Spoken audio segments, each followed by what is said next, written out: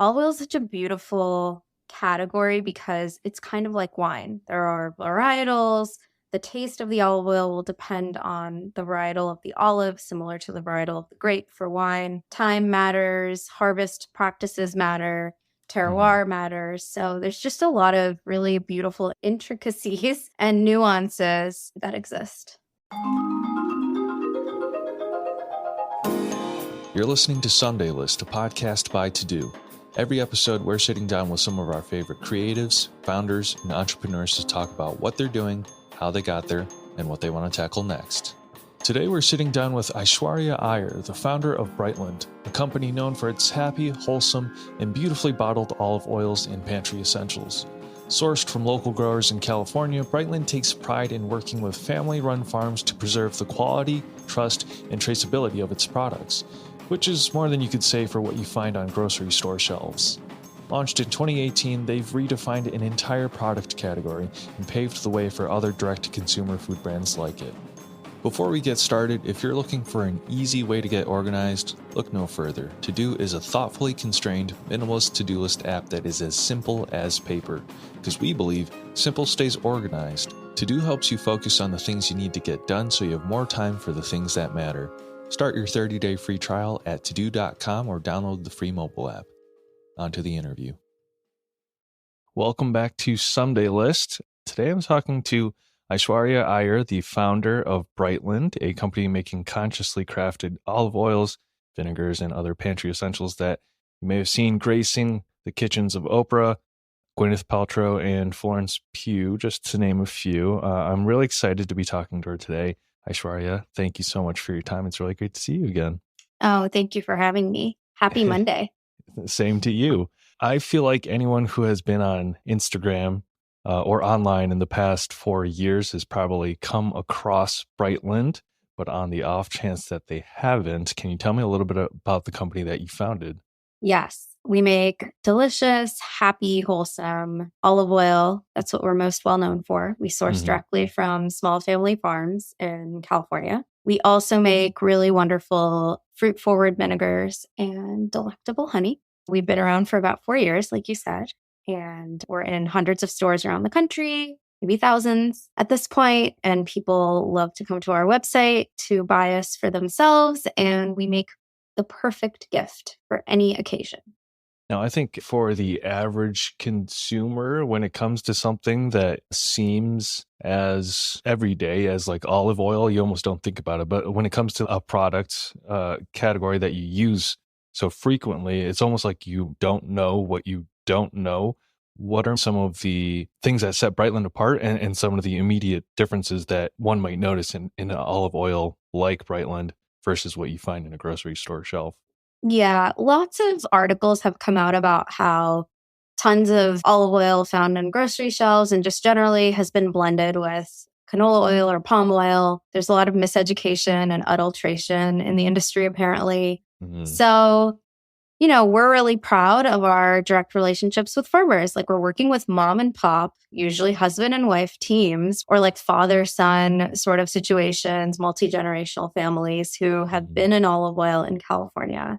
And we source directly from them. So we're really proud of the integrity Mhm. of the craft behind the olive oil. And I think that, another miseducation that people have is olive oil is such a beautiful category because it's kind of like wine. There are varietals. The taste of the olive oil will depend on the varietal of the olive, similar to the varietal of the grape for wine. Time matters, harvest practices matter, Mhm. terroir matters. So there's just a lot of really beautiful intricacies and nuances that exist.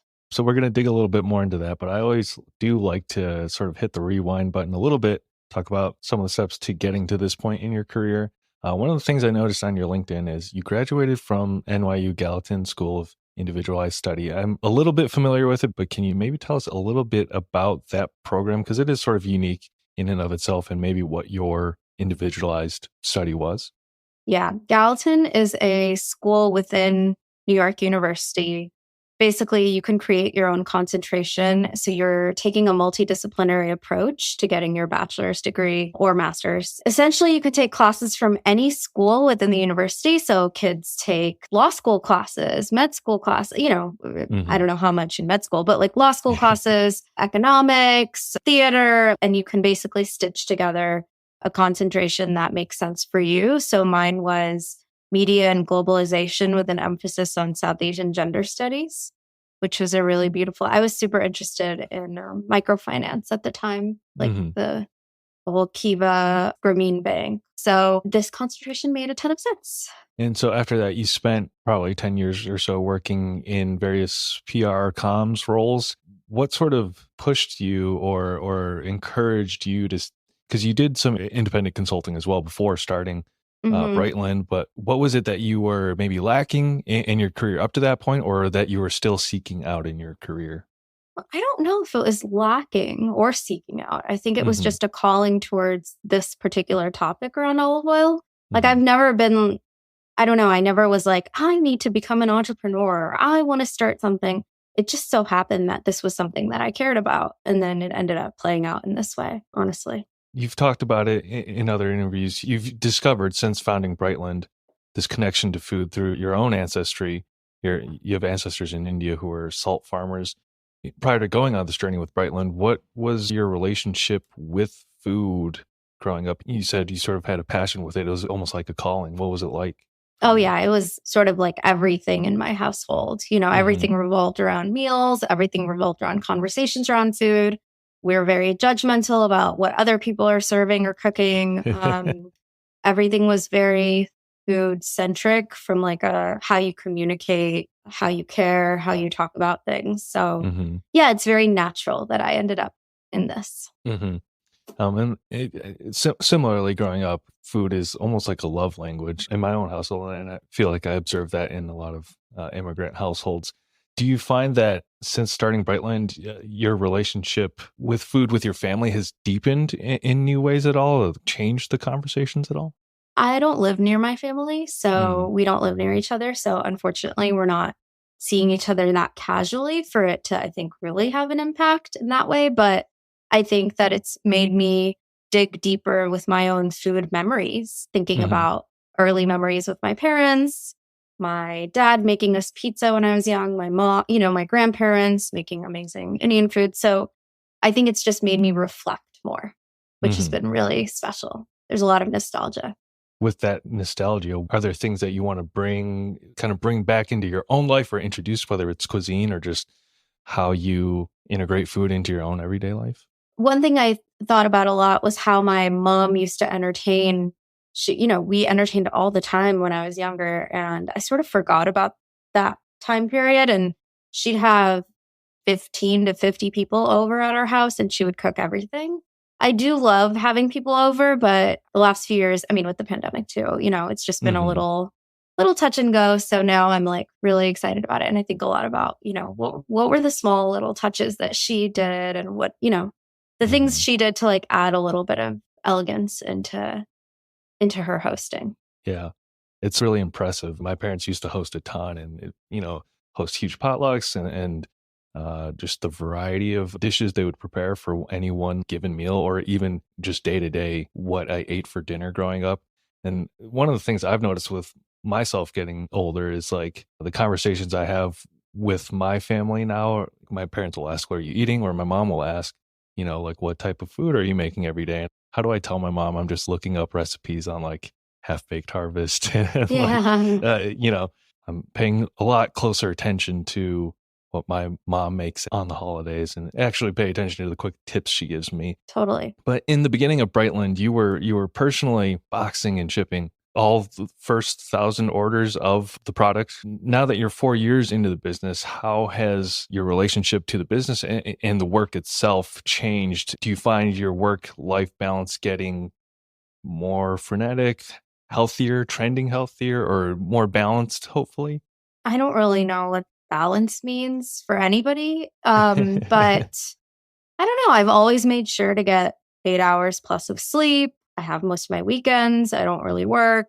Evenings, I don't really work. So I don't know. I think that I set my own boundaries for myself of what I want. Yeah, I mean, things have changed a ton, right? I'm no longer shipping, to say the least. And we ship thousands and thousands of boxes. So it's definitely evolved. I have a wonderful team. I'm very grateful for that. I think the challenges have changed, but that's okay. We've all changed, over time too. I like how you said it. The challenges have changed. Do you have any advice for founders who might find themselves maybe in sort of the thickest thick of it? Any best practices or tips for setting those boundaries for yourself and what maybe has been the most beneficial for you? I think it just depends on what kind of life someone wants. Like some people, they're super thrilled to be working super late at night. That's where their best ideas come out. Some people want to work on the weekends because that's what gives them purpose. And different people have seasons. Like I had a time in my life, in my career, where I went in at 7, left at 8 or 9 p.m., went out for dinner after that. Like that was my life and I loved it. So I just don't think it's a one size fits all. It's just really what you want to do with your life. And so I would recommend for anyone listening to be introspective about that first, rather than try to take somebody else's playbook or their best practices, because what's right for someone else may not be right for you. Now, this one is maybe a bit of a chicken or an egg question. Brightland has gotten all this attention and is doing incredibly well. A lot of people consider it sort of like a pioneer in the direct-to-consumer food product space. Do you think that getting to this point with the business has allowed you to maybe pump the brakes or breathe a little easier now? Or do you find that having that balance between work and life, whatever balance means to one person, enables you to continue working at this level? I think it's personal. I have no idea. And I don't think it's gotten easier. I think that it's gotten harder, if anything. All of it's gotten harder. So there's no such thing as it being easy ever. And I talk to people who have 500 employees and they're still saying how hard it is. Yeah. Those founders tell me how hard it is still. I was just talking to a founder who took his company public last year. And you would think, he's taken the company public. He is still in it and in the grind.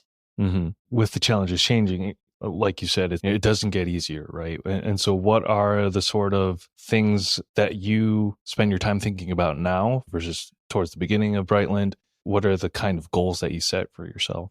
I spend a lot of time thinking about scale. It's a lot of the fundamental things haven't changed. It's just the scale of them has changed. I try to live in gratitude with it because these are all good things. And I think that's the other thing. I think we forget too soon and too much that everything is temporary. It's all passing us by anyway. So you might as well embrace whatever is happening in the moment, especially these types of manufactured realities that we've created. This interview is brought to you by To Do. You're juggling a lot and you don't know where to start. We've all been there. And that's why we made To Do with the core belief that less is more. To Do is the minimalist to-do list app to ease your cognitive burdens. We are the most refreshing task manager in a sea of monster energy drinks. No pings, no feeds, no comments, just you and the things you need to get done in a simple, intuitive interface. Use code SomedayList for 20% off when you subscribe at TEUXDEUX.com. Back to the interview.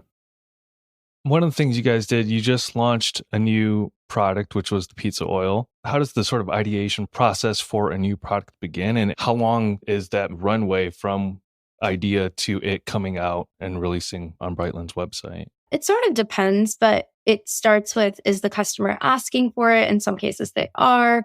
It could be our team has a strong, opinion or a point of view on a particular category or topic. For a pizza oil, for example, one of my earliest memories was seeing my dad make pizza. My husband and I love eating pizza. As a team, we love pizza. And so we felt like it was the brand is happy. So why not build some fun into it too by adding something into the mix that makes everybody really joyful? And that's pizza.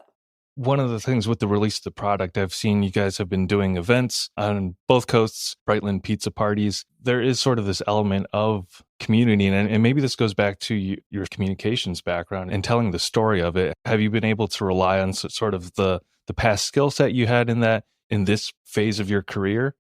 Yeah. The probably the biggest thing from comms PR that I've taken away is in comms, you have to be comfortable with discomfort because you may not know what a story is going to end up looking like. You do your very best.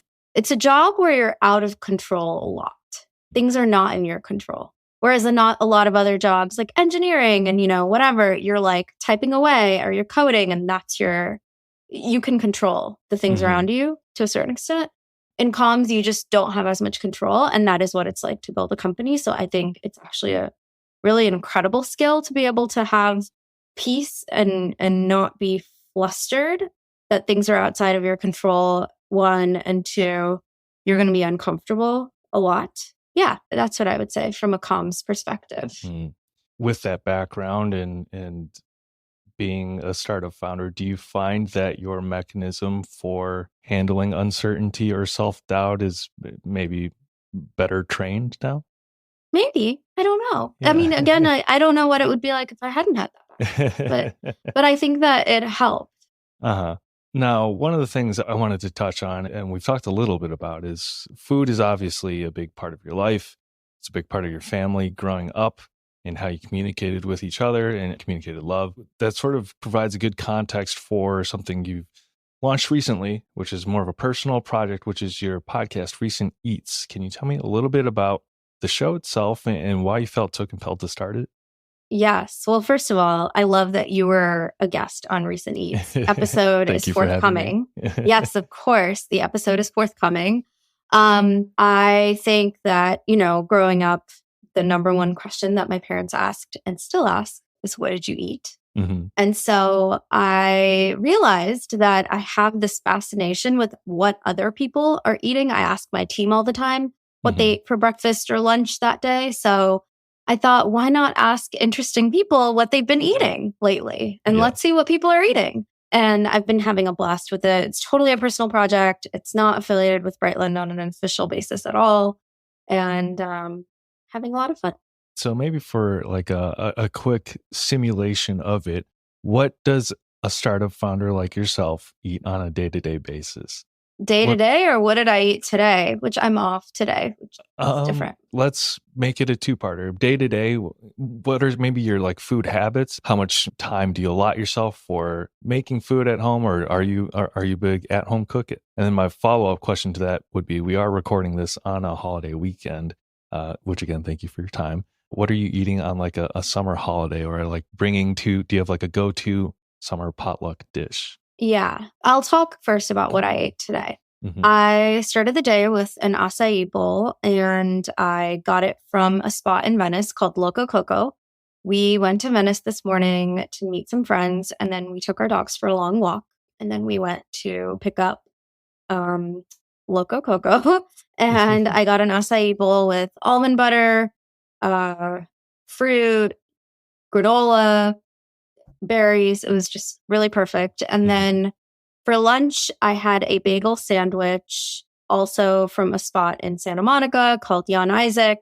They make delicious breads. And I had a toasted poppy seed bagel with cucumber, dill, basil, tomato, cream cheese, cracked black pepper, some lemon juice, a little bit of olive oil on it. And it was really fantastic. And that was breakfast and lunch so far. That sounds delicious. The follow-up question to that would be, do you have like a go-to summer potluck thing that you like to bring for friends or like to make for friends?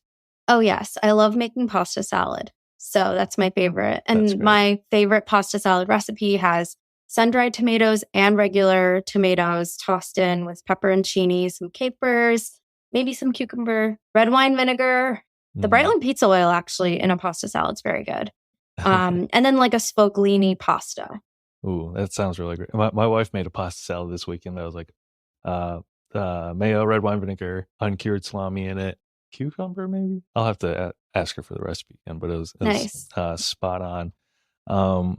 And then my last question for you is maybe, do you have a favorite way if you're bringing Brightland, do you have a favorite way of introducing Brightland olive oil to people or enjoying it with someone? Yes, I love introducing it to people through ice cream, actually. Oh, wow. So I love giving people like vanilla bean ice cream, drizzle a little bit of the Brightland olive oil on top, some sea salt, and it's really game changing. That's awesome. I'm going to have to try that. You should definitely try it. It's really good. And do you have dinner plans for this evening on your Monday off? I actually don't. Okay. I have no idea what I'm going to be eating. Well, I hope you have an incredible meal for your last meal of the day. Thank you. Aishwarya, Iyer, thank you so much for your time today. It's been such a pleasure chatting with you. Where can our listeners find you and Brightland and your podcast, Recent Eats, online? Yes, they can find Brightland at brightland.co on the internet and at We Are Brightland on Instagram. I'm Hello Aishwarya on Instagram. And then Recent Eats is on Apple Podcasts, on Spotify, and Recent Eats Pod on Instagram. Thank you so much for having me, Evan. This was so fun. Always a blast chatting with you. And always a blast chatting food with you. Definitely. This conversation has made me pretty hungry, so I'm excited to also go have dinner soon. And that will do it for this episode of Someday List. We will catch you next time. Thanks for tuning in to another episode of Someday List. For more interviews, you can follow the show on Apple Podcasts and Spotify, or follow along at To-Do app on Instagram and TikTok, or at To-Do on Twitter. You can learn more about Brightland at brightland.co or at We Are Brightland on Instagram, and make sure to check out Aishwarya's new podcast, Recent Eats. This podcast is produced by To-Do. Our theme music is composed by Evan Laybourne. I want to thank our guest Aishwarya again, and of course, thank you, the listener. We'll see you around.